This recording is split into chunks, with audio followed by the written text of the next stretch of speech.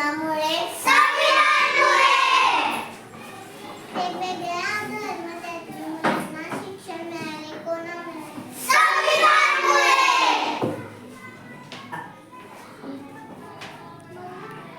संविधानाने आपल्याला काय काय दिले? स्वातंत्र्य, समता, बंधुता, न्याय. स्वातंत्र्य, समता, बंधुता, न्याय.